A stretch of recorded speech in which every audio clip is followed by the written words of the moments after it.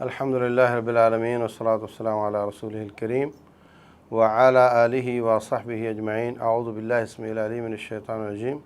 قال اللہ سبحانہ وتعالی ظہر الفساد فی البر والبحر بما کسبت ایدی الناس لیذیقہم بعض الذی عملوا۔ اللہ تبارک و تعالی فرماتے ہیں کہ خشکی اور تری میں فساد آ گیا ہے لوگوں کے ہاتھوں کی کمائی کی وجہ سے، تاکہ اللہ ان کو سارے گناہ نہیں کچھ گناہوں کی سزا دے دے۔ دوسرے مقام پر بھی اللہ تبارک و تعالیٰ نے اسی طرح کا مفہوم بیان کیا ہے کہ کچھ گناہوں کی سزا کے طور پہ یہ کچھ ہو رہا ہے، جو کچھ دنیا میں فساد آ رہا ہے، باقی گناہوں کو اللہ تعالیٰ معاف کرا ویعفو عن کثیر۔ اور تیسرے مقام پر اللہ تعالیٰ فرماتے ہیں قل هو القادر علی ان یبعث علیکم عذابا من فوقکم۔ اللہ تعالیٰ اس بات پر قادر ہے کہ اوپر سے عذاب لے آئے، او من تحت ارجلکم، یا نیچے سے عذاب پھوٹ پڑے، او یلبسکم شیعا ویذیق بعضکم بأس بعض، یا تمہیں اللہ تعالیٰ ٹکڑے ٹکڑے کر دے اور ایک دوسرے سے لڑا کر کے تمہیں ایک دوسرے کی سزا دے دے۔ یہ سب اللہ تعالیٰ کر سکتا ہے۔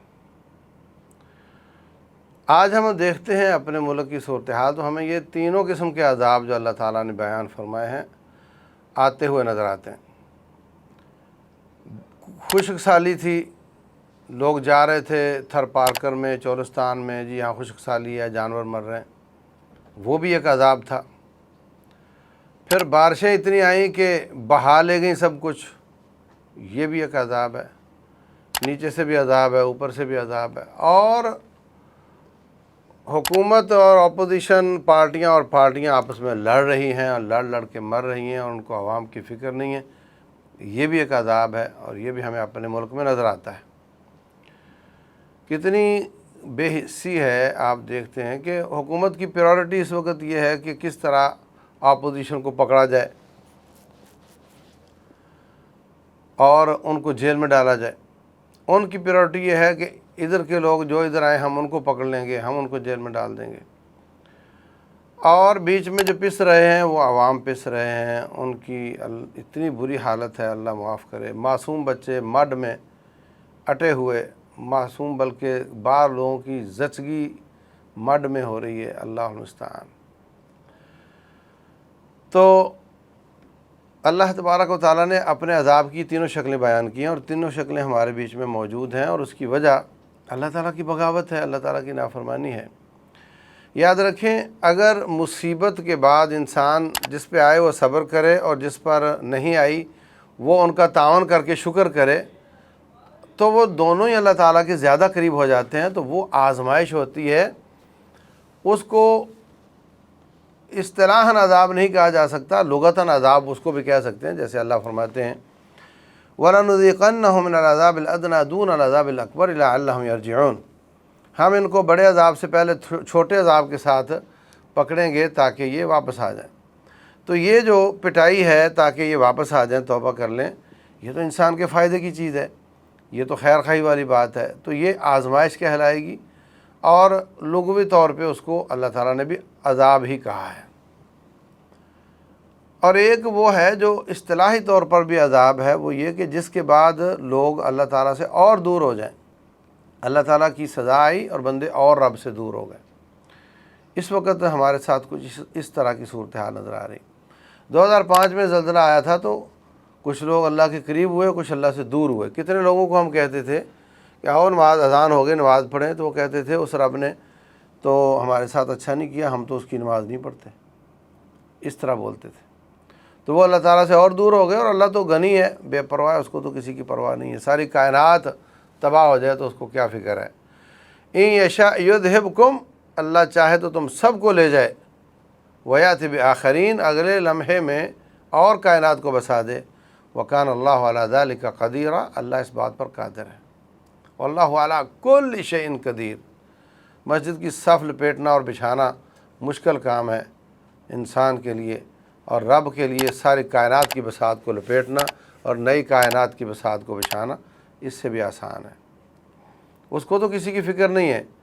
لیکن یہ سب تکلیفیں آتی ہیں ہماری آزمائش کے لیے، اور ہمیں پرکھنے کے لیے۔ میں کئی بار سوچتا ہوں کہ اگر بڑے شہروں میں عذاب آئے اور یہ جو تھر پارکر اور یہ چولستان وغیرہ یہاں، یہ لوگ تو وہاں ان کے تعاون کے لیے نہیں پہنچ سکتے، تو اللہ تبارک و تعالیٰ کا یہ بھی ایک فضل ہے کہ آزمائشیں ان شہروں میں آتی ہیں اور وہ پیسے والے لوگ وہاں پہنچ کر ان کا تعاون کر دیتے ہیں، تو اللہ تعالیٰ ان سے بھی راضی ہو جاتا ہے، ان کے صبر پر ان سے بھی راضی ہو جاتا ہے۔ رسول اللہ صلی اللہ علیہ وسلم فرماتے ہیں عجب لامر المومن، مومن کا معاملہ بہت عجیب ہے، ان اصابت ہو سراء فشکر فکان خیر اللہ وان اصابت ہو ضراء فصبر فکان خیر اللہ۔ اگر اس کو تکلیف پہنچتی ہے تو اس پر وہ صبر کرتا ہے تو وہ بھی اس کے لیے اچھا ہی ہوتا ہے، اور اگر اس کو کوئی آسانی ملتی ہے، آسودگی ملتی ہے، خوشی ملتی ہے، اس پر وہ شکر کرتا اور اس نعمت کو اللہ کی مرضی میں استعمال کر کے رب کو خوش کر لیتا ہے تو وہ بھی اس کے لیے اچھا ہی ہوتا ہے۔ لیکن یہاں پر ایمان بھی کمزور ہو چکے ہیں اور آزمائشیں بھی رب سے دور کرنے کا سبب بن رہی ہیں، اور یہ عذاب ہی کی کیفیت ہے، اللہ محفوظ رکھے۔ دنیا اللہ کی طرف رجوع نہیں کر رہی۔ حقیقت یہ ہے کہ جس پہ عذاب آیا وہ کوئی زیادہ گناہ گار نہیں تھا، دوسرے بھی گناہ گار ہیں، اللہ تبارک و تعالیٰ ان کو دو چار کر کے آزما لیتا ہے اور ان کو دکھا کر کہ ان کا تعاون کرو اور خود اللہ تعالیٰ سے توبہ کرو تاکہ اس طرح کی تکلیف تمہیں نہ آ جائے۔ معاشرے میں کچھ لوگ بہرے گونگے ہوتے ہیں، کچھ نابینے ہوتے ہیں، تو اللہ تبارک و تعالیٰ ان کو یہ نعمت چھین کر آزما لیتا ہے اور ہم سب کو ان کو دکھا کر آزماتا ہے کہ تم ان کو دیکھو اور اللہ تعالیٰ کا شکر ادا کرو۔ یہ اللہ تعالیٰ کا سسٹم ہے آزمانے کا، امتحان کا۔ تو سچی بات یہ ہے کہ ہمیں ان حالات میں حکمرانوں کو بھی ہوش کے ناخن لینے چاہیے، اجتماعی توبہ کرنی چاہیے۔ یہ نہ سمجھیں کہ ہم پر سیلاب نہیں آیا تو ہم اچھے تھے اور وہ اچھے نہیں تھے اس لیے ان پر آیا ہے۔ وہ گناہ گار ہوں گے، ہم شاید ان سے بھی زیادہ گناہ گار ہیں۔ سکول میں، کلاس میں ٹیچر بسا اوقات اس بچے کی پٹائی زیادہ کر دیتے ہیں جو سبق یاد کر کے آتا ہے اور آج اس کو یاد نہیں تھا، اور جو ہمیشہ یاد نہیں کرتا اس کو بسا اوقات بالکل نہیں پوچھا جاتا، تو استاد کی خیر خواہی اس کے ساتھ نہیں ہوتی جس کو بالکل نہیں پوچھتا، جو لیٹ آئے نہ آئے، سبق یاد کرے نہ کرے، ہوم ورک کرے نہ کرے۔ استاد کی خیر خواہی ان لوگوں کے ساتھ ہوتی ہے جو جن کو وہ سزا دے کر، سرزنش کر کے، ڈانٹ ڈپٹ کر کے ان کو سیدھا رکھنے کی کوشش کرتے ہیں۔ جب نتیجہ آتا ہے تو پتہ چلتا ہے کہ استاد نے جس کو چھوڑ رکھا تھا وہ فیل ہو گیا، اور استاد جس کو ہمیشہ ڈانٹتا اور سزا دیتا تھا وہ اچھے نمبروں میں کامیاب ہو گیا۔ تو اس لیے ہمیں اپنے آپ کو اچھا نہیں سمجھنا چاہیے کہ جن پر سیلاب نہیں آیا۔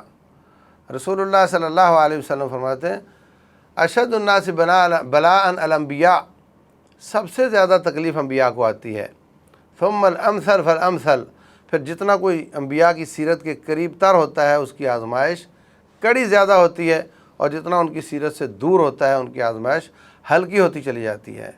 اپنے لفظوں میں یوں سمجھیں کہ انبیاء کرام اعلیٰ مقام ہے، اور جو ان کی سیرت پر عمل کرتا ہے وہ بھی اپر کلاس میں ہے، تو اس کا اپر کلاس کا ہمیشہ امتحان مشکل ہوتا ہے۔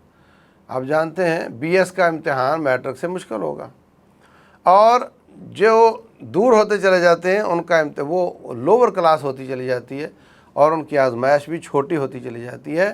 اور وہ یہ نہ سمجھے کہ میری آزمائش چھوٹی ہے، میں نیک ہوں، اس کی آزمائش بڑی ہے، وہ برا تھا، ایسا بالکل نہیں ہے، بلکہ یہ اللہ تبارک و تعالیٰ کی بسا اوقات محبت کی نشانی ہوتی ہے، خیر خواہی کی نشانی ہوتی ہے کہ وہ اپنے بندے کو اس کو آزماتا ہے جس کو کوئی اعلیٰ مقام دینا ہوتا ہے۔ ان اللہ اذا احب قوما ابتلاہم، اللہ تبارک و تعالیٰ جب کسی قوم سے محبت کرتا ہے تو ان کو آزما لیتا ہے۔ آپ جاتے ہیں مٹی کا مٹکا لینے تو اس کو توڑ کر دیکھتے ہیں، ٹوٹنا تو ادھر ٹوٹ جا، اس کو پرکھ کر لیتے ہیں۔ یہ پرکھ ہی آزمائش ہے رب ذوالجلال کی۔ جب اللہ تعالیٰ کسی قوم کو، کسی جماعت کو، کسی فرد کو اپنی جماعت میں قبول کرنا چاہتا ہے تو اس کو آزماتا ہے۔ تو اس لیے ہمیں ایسے موقعوں پر رب ذوالجلال کے سامنے جھکنا چاہیے، اجتماعی توبہ کرنی چاہیے، سب کو کرنی چاہیے۔ اللہ تبارک و تعالیٰ کی طرف رجوع کرنا چاہیے اور توبہ کرنی چاہیے۔ جب گناہ انفرادی ہوتے ہیں تو اس وقت انفرادی توبہ کام کرتی ہے، جب گناہ اجتماعی ہوتے ہیں تو توبہ بھی اجتماعی ہوتی ہے۔ افسوس ہے کہ ابھی تک لڑائیاں جاری ہیں اور توبہ کی طرف کسی کی توجہ نہیں ہے، اور وہ جذبہ تعاون کا، چونکہ میڈیا خاموش ہے، میڈیا بات کرتا ہے تو لوگوں کو سمجھ آتی ہے، میڈیا کو بھی اپنی مصیبتیں پڑی ہوئی ہیں، تو اس پر کوریج ٹھیک طریقے سے نہیں ہو رہی، اسی وجہ سے لوگوں کا تعاون بھی ٹھیک طریقے سے نہیں جا رہا، اور جن لوگوں کو مصیبت پڑی ہوئی ہے، جن کے سر پہ پڑی ہوئی ہے، وہ بیچارے اس کو برداشت کر رہے ہیں، اور ان کے جانی، ان کے لاکھوں کی تعداد میں بھینسوں گائیوں کا نقصان، ان کے مکانات کا نقصان، فصلیں تو ایک دم پورے علاقے سے تباہ ہو چکی ہیں، اور یہ سارے نقصان وہ برداشت کر رہے ہیں، اور یوں لگتا ہے کہ جیسا ہمارا ان کے ساتھ کوئی تعلق نہیں ہے۔ رسول اللہ صلی اللہ علیہ وسلم فرماتے ہیں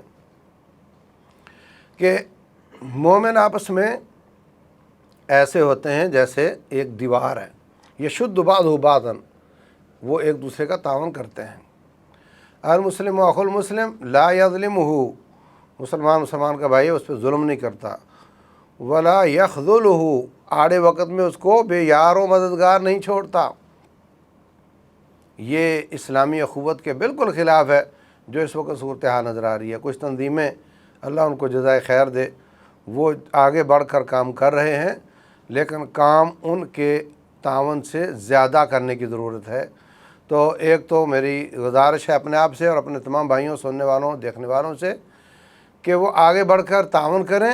دوسرا، تمام لوگ اپنے اپنے گھر اللہ تبارک و تعالیٰ سے توبہ کریں، رجوع کریں، اور اجتماعی توبہ کے ساتھ اللہ تبارک و تعالیٰ اس آزمائش کو ٹال دے گا انشاءاللہ، اور ہم سے خوش بھی ہو جائے گا، اور ہم آزمائش آنے سے پہلے جو کیفیت تھی اس سے اچھی کیفیت میں چلے جائیں گے، اور یہی رب ذوالجلال کا مقصود ہوتا ہے، لعلہم یرجعون، تاکہ میرے بندے واپس آ جائیں۔